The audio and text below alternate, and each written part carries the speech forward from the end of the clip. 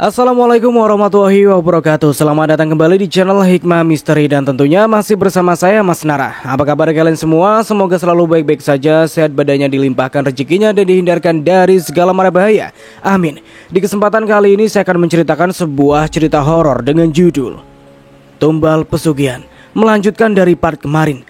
Oke, seperti biasa sebelum ke ceritanya, bagi kalian yang belum subscribe channel ini, silahkan bisa subscribe dulu dan aktifkan lonceng notifikasinya agar kalian tidak ketinggalan cerita dari channel Hikmah Misteri yang akan selalu menggetarkan hati kalian.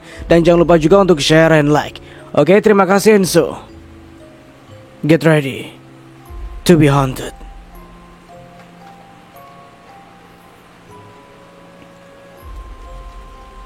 Pesta sangat meriah, sungguh di luar dugaan. Sangat meriah dan baru kali ini terjadi di kampung tersebut. Tapi hanya satu malam saja. Sari diantar pulang karena sudah tidak lagi dibutuhkan oleh Dudu sang suami. Saat itu, Juragan Badrun pun datang secara baik-baik dan meminta untuk maklum kalau Dudu anaknya memang memiliki keanehan. Keluarga Sari menerima, meski mungkin malu. Sari pulang saat sisa pesta belum usai. Arga, sebagai teman dekat, datang untuk menghibur dan berkata akan menikahi Sari jika sudah lewat masa indah nanti.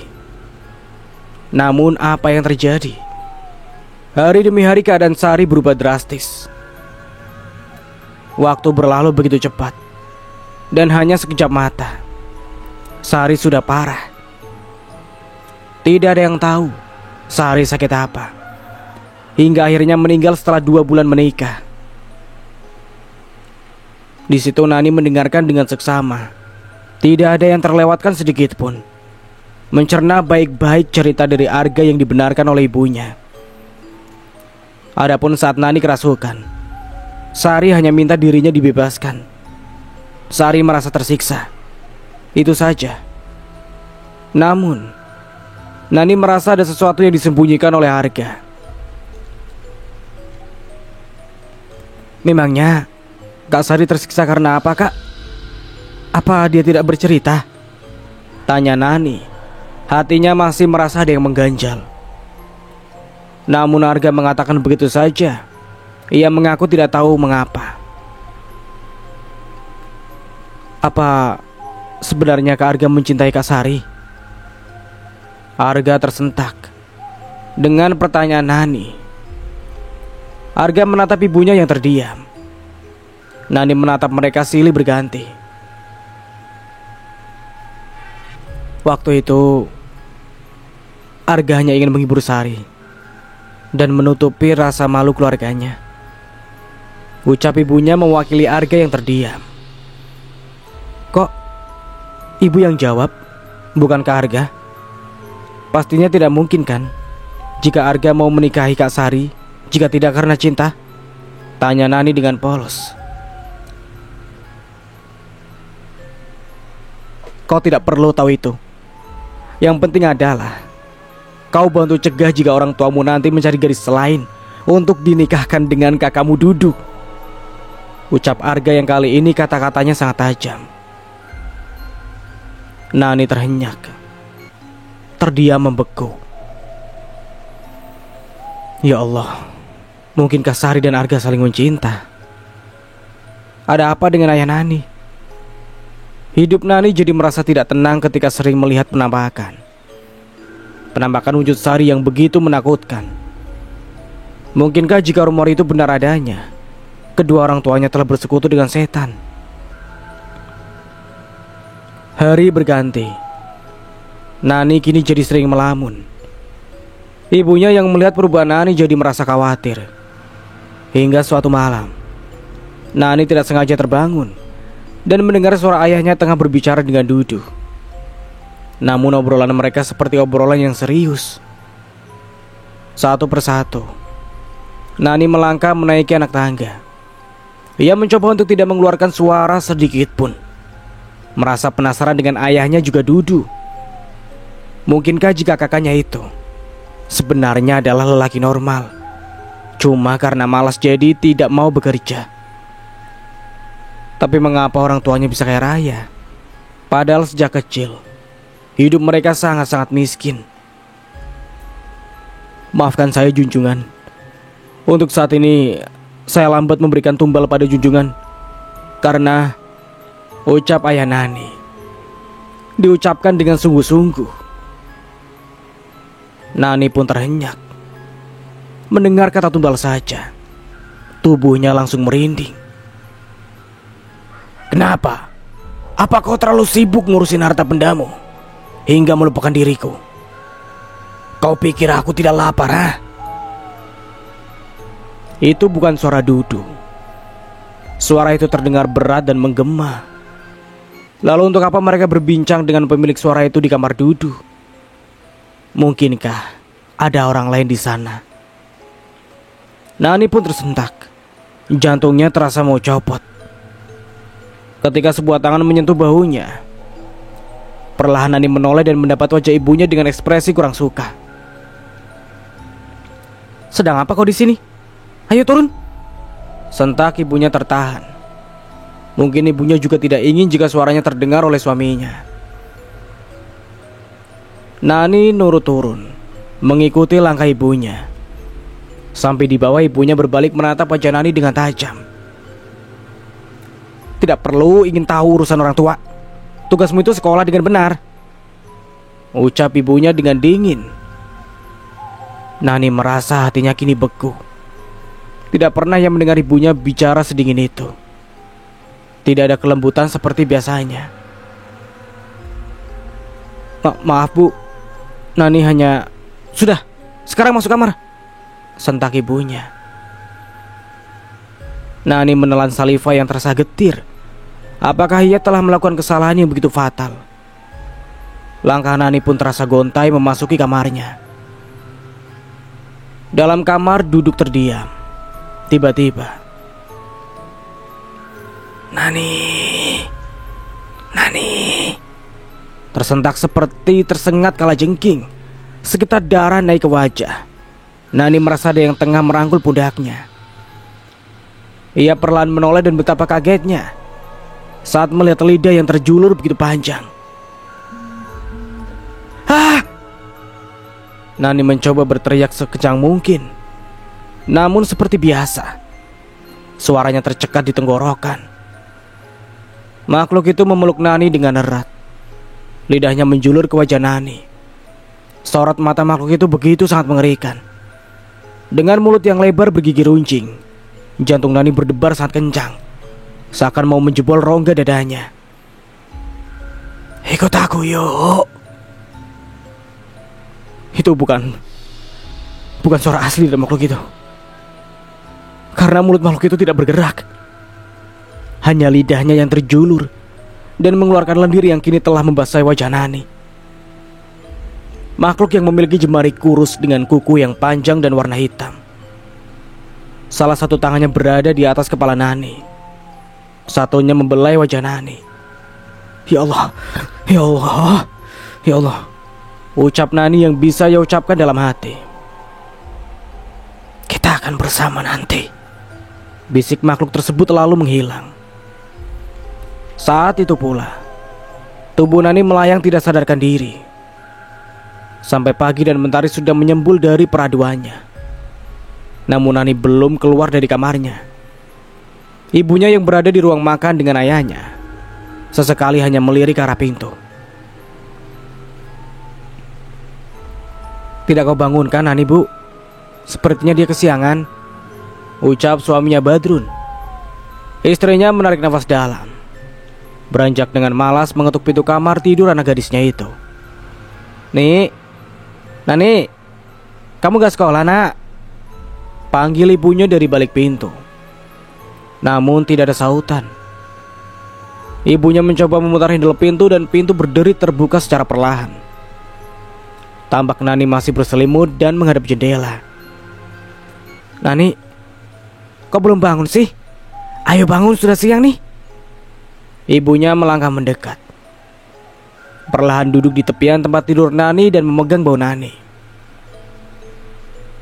Jangan sentuh saya. Tiba-tiba Nani membentak dengan suara yang mirip robot yang error. Ibunya pun terlonjak kaget. "Bapak!" pekiknya. Badrun, suami yang sedang minum tersedak mendengar suara istrinya yang kaget. Gegas ia bangkit dan berlari ke kamar Nani. Tampak istrinya berdiri dan menatap tegang pada Nani yang masih berselimut. "Ada apa, Bu? Kenapa Ibu teriak?" tanya Badrun. Istrinya tidak menjawab, tapi tangannya nunjuk ke arah Nani.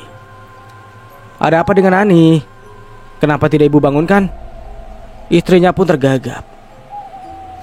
Badrun menyentuh bahu Nani dan membalikkan badannya. Tampak Nani melotot dengan mata yang putih semua. "Hah! Hah!" kejut Badrun seraya melangkah mundur. Nani bangun dengan gerakan yang tak lazim. Terbangun seperti sebuah triplek yang diberdirikan spontan. Suami istri itu terenyak mundur.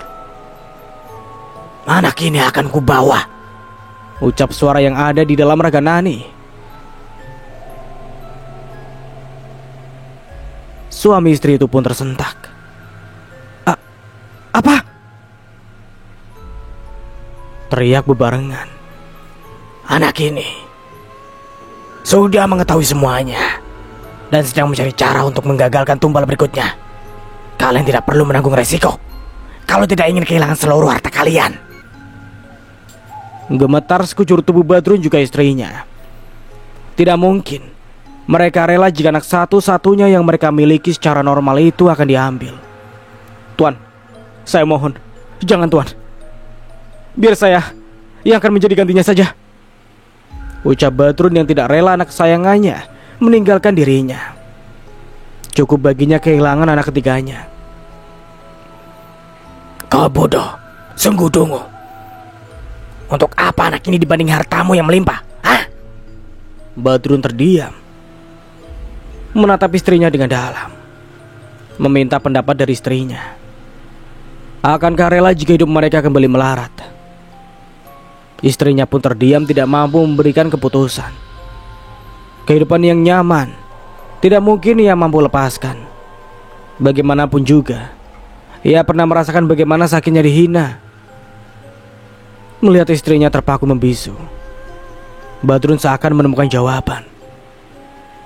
"Baiklah, tidak apa. Asal dengan cara yang orang tidak akan curiga," ucap Badrun. Istrinya mengangkat wajahnya. Ada rasa berat hati, ada pula rasa sakit hati. "Baiklah, kalau begitu aku pegang ucapanmu," ucap suara itu yang diucapkan oleh Nani, putri mereka. Seketika tubuh Nani ambruk ke atas tempat tidur, tidak sadarkan diri. Ibunya segera memeluk. Mungkin tidak lama lagi Nani akan pergi. Nani demam tinggi. Wajahnya pucat dengan bibir yang membiru. Badrun tidak membawa Nani ke rumah sakit karena ia tahu apa penyebab Nani sakit. Bahkan sewaktu Indah dan Sulastri datang untuk menanyakan kenapa Nani tidak masuk sekolah 2 hari, Badrun tidak mengizinkan mereka untuk masuk. Indah dan Sulastri saling pandang dan segera pergi saat melihat sikap Badrun ayah Nani tidak ramah. Nani tergolek, merasakan diri yang serba salah. Terkadang panas, terkadang dingin, terkadang sekujur tubuhnya merinding, berkeringat dingin. Sosok-sosok menakutkan makin sering senter datang. Bahkan ada yang tidur di sebelah Nani, sembari memeluk Nani yang tidak berdaya. Melihat kondisi putrinya yang demikian, yang akan pergi secara perlahan, jatuh mengalir air mata di pipi Marni. Namun apalah arti dari air mata? Berjanjian tetap berjanjian. "Ibu, mengapa Bapak sama Ibu tega padaku?" ucap Nani dengan suara berat sesak tersendat. Ibunya tersentak, menatap lekat wajah Nani yang membuat Nani menatap arah lain. "Apa maksudmu, Nani? Ibu tidak mengerti," ucap ibunya dengan perasaan yang bersalah.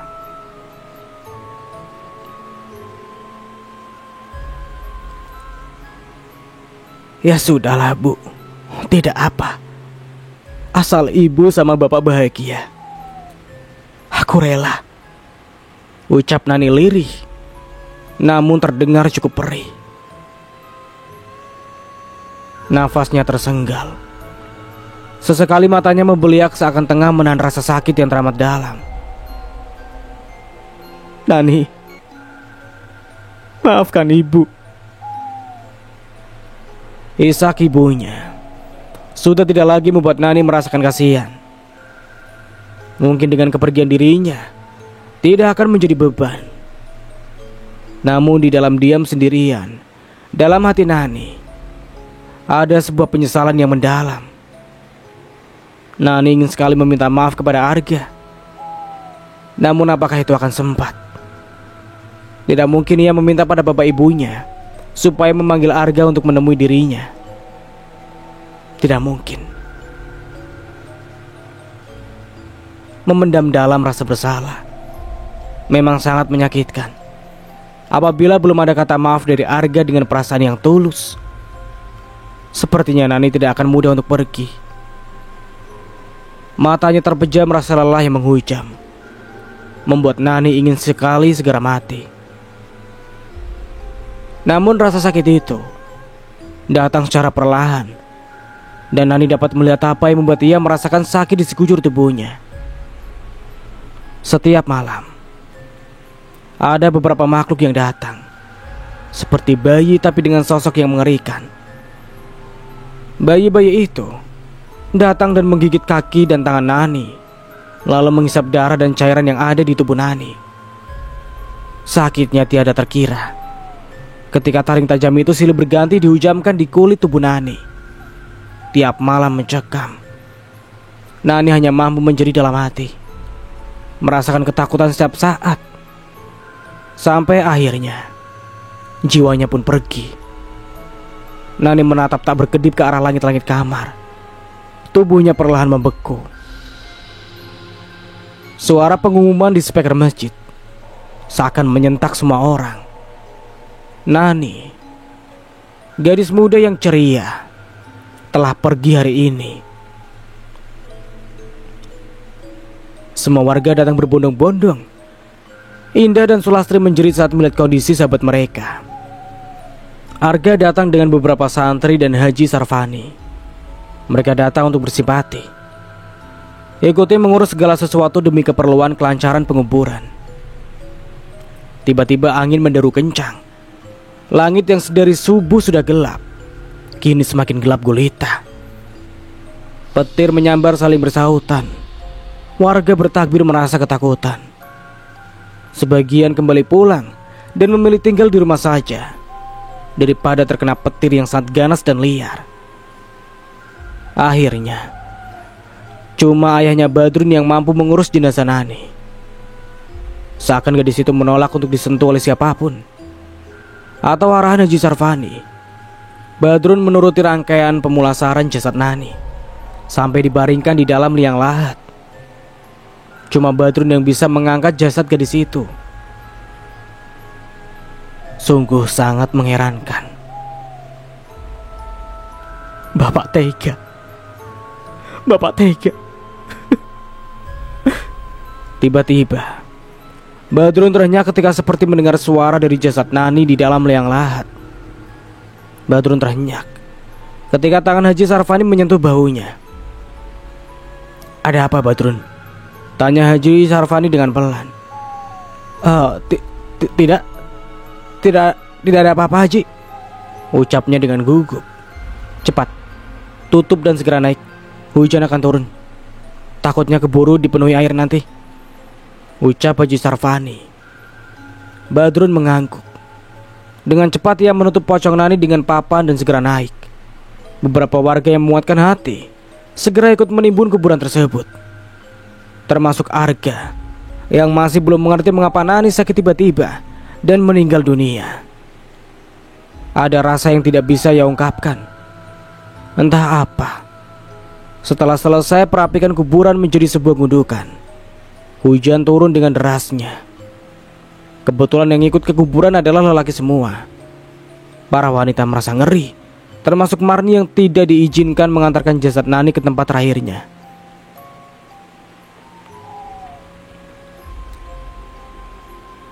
Di bawah derasnya hujan, Haji Sarvani membacakan doa. Lalu mereka serempak bubar. Tidak ingin berlama-lama berada di tempat yang mengerikan itu, Badrun melangkah cepat dengan Haji Sarvani. Sementara Arga masih merasakan berat hati untuk pergi. Saat ia berpaling untuk pulang, tiba-tiba ada suara yang memanggilnya. Kak Arga. Arga terkesiap. Itu adalah suara Nani, sangat jelas di telinga Arga. Namun Arga mencoba menepis, karena dua orang temannya sudah berkali-kali mengajak ia pulang. Arga melirik sekali lagi. Nisan Nani yang namanya meluntur di guyur hujan. Namanya itu mengalir, dan dalam pandangan Arga, itu adalah darah merah yang masih segar. Astagfirullah, sebutnya. Dua orang temannya pun menoleh. Ada apa? Ada apa Arga? Dua temannya celingukan. Tidak, ayo kita pulang, ujarnya seraya melangkah cepat. Hujan turun sangat deras. Banjir di mana-mana. Yang tahlilan datang cuma sedikit. Tidak ada yang sudi menembus hujan deras. Arga tidak sampai hati meninggal ibunya sendiri. Ia takut hujan menjadi badai dan memporak-porandakan seisi desa. Ibunya terlihat cemas menatap Nanar keluar. Tampak lidah api terus memancar, menembus ventilasi jendela dan pintu. Astagfirullah, Allahu Akbar. Ibu Arga sembari terus memutar tasbihnya. Arga yang duduk di kursi ruang tamu segera menghampiri ibunya yang gelisah. Bu, sudah tidak apa-apa. Sini, duduk dekat Arga, ucap Arga lembut sembari membimbing tangan wanita yang telah melahirkan dirinya itu. Wanita itu menatap wajah Arga dengan lurus. Ada apa, Bu? Arga merasa aneh dengan tatapan ibunya.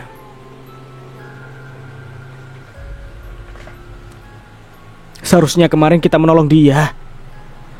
Mungkin semua ini tidak akan terjadi jika kita menolongnya, ucap ibunya Arga seakan menyalahkan dirinya sendiri. Arga termangu. Maksud ibu apa? Aku gak ngerti. Arga dan ibunya saling tatap. Sewaktu dia datang kemari,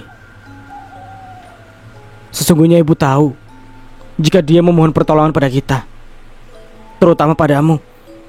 Arga terhenyak. Aku gak paham, Bu, ucap Arga. Kasihan sekali anak itu, menjadi tumbal keserakahan orang tuanya. Astagfirullah, apa benar begitu, Bu? Kejut Arga. Ibunya mengangguk. Pasti dia sangat menderita. Meski jasadnya telah terkubur, namun jiwanya harus menjadi budak iblis.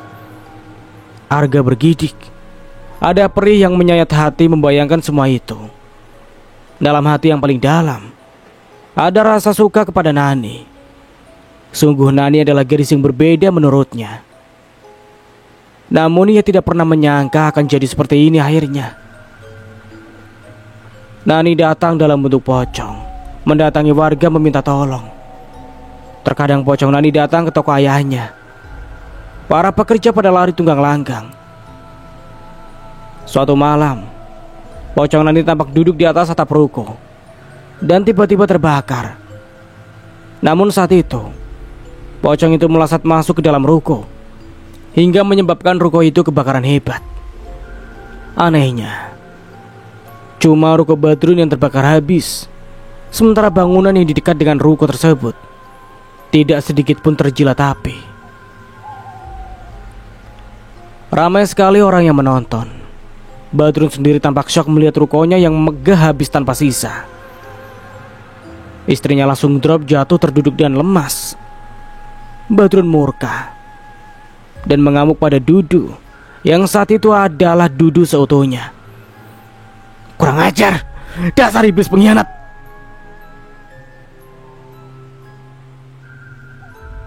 maki Badrun dan berkali-kali menghantam Dudu dengan balok.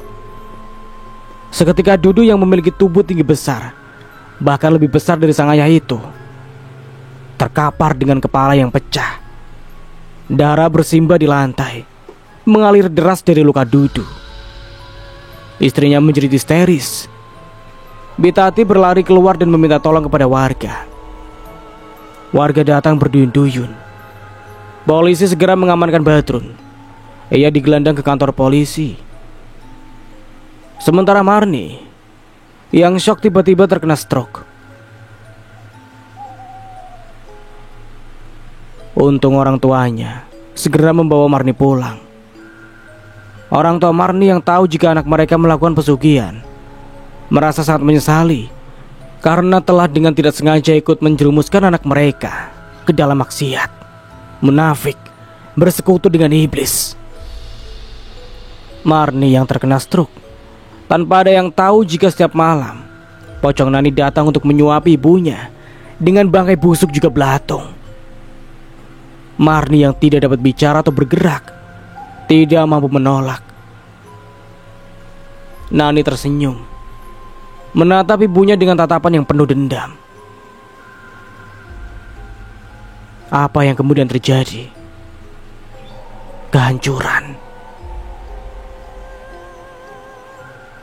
Apapun perjanjian kita dengan iblis yang menyesatkan, tetap saja merugikan. Sesungguhnya harta benda dan kemewahan itu hanya perhiasan dunia yang bersifat sementara. Kini Badrun meringkuk dalam penjara, mengalami depresi dan akhirnya mengakhiri hidupnya sendiri. Marni terasa tersiksa, seakan hidup tapi mati. Rumah dan kekayaan habis dijarah perampok dari luar daerah. Meski para perampok itu pun tidak sedikit pun menikmati hasil rampokan mereka, karena mobil yang mereka gunakan untuk menjarah harta benda di rumah Badrun masuk ke dalam jurang dan terbakar bersama 6 orang pelaku. Kini rumah itu menjadi kosong dan terbengkalai.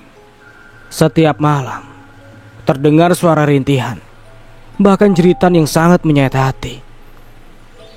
Sesekali tampak Pocong Nani berdiri di teras rumah tersebut. Sungguh malang dan tragis nasib Nani, seorang gadis perawan yang lugu, soleha, harus meninggal dengan mengenaskan dan arwahnya menjadi budak iblis karena ulah keserakahan kedua orang tuanya. Dan Dudung yang mengalami kelainan juga tewas dengan dalam kondisi yang sangat mengenaskan. Kepalanya pecah tak beraturan. Semuanya telah lenyap. Tidak ada satu pun yang tersisa. Sungguh sangat sesat perjanjian dengan iblis. Harta benda kemewahan hanya bersifat sementara. Dan sekarang mereka tidak mendapatkan apa-apa. Jangankan ketenangan di dunia, di akhirat pun mereka harus menerima penderitaan yang lebih sangat pedih.